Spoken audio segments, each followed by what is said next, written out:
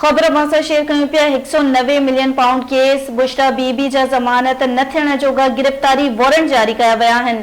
Adiala jail Rawalpindi में 190 million pound corruption scandal जी ॿुधणी कई आहे। लाॻीतो गैर हाज़िरी ते बुशरा बीबी जा ज़मानत न थियण जोगा गिरफ़्तारी वारंट जारी कया विया आहिनि। बुशरा बीबी अॼु बि पंहिंजे वकील मार्फत तिबी बुनियादुनि ते हाज़िरी खां छूट जी दरख़्वास्त दाख़िल कई हुई। 190 मिलियन पाउंड केस जी ॿुधणी 26 नवंबर ताईं मुलतवी कई वई आहे।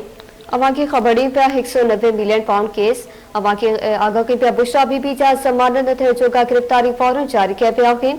अडियाला जेल रावलपिंडी में 190 मिलियन पाउंड करप्शन स्कैंडल जी ॿुधणी थी।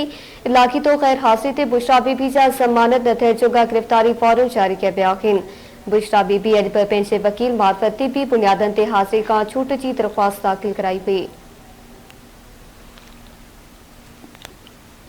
ख़बर मां शेयर कयूं पिया। 190 मिलियन पाउंड केस जे हवाले सां अवां खे आगाह कयूं पिया। बुशरा बीबी जा ज़मानत न थियण जोगा गिरफ़्तारी वारंट जारी कया विया आहिनि।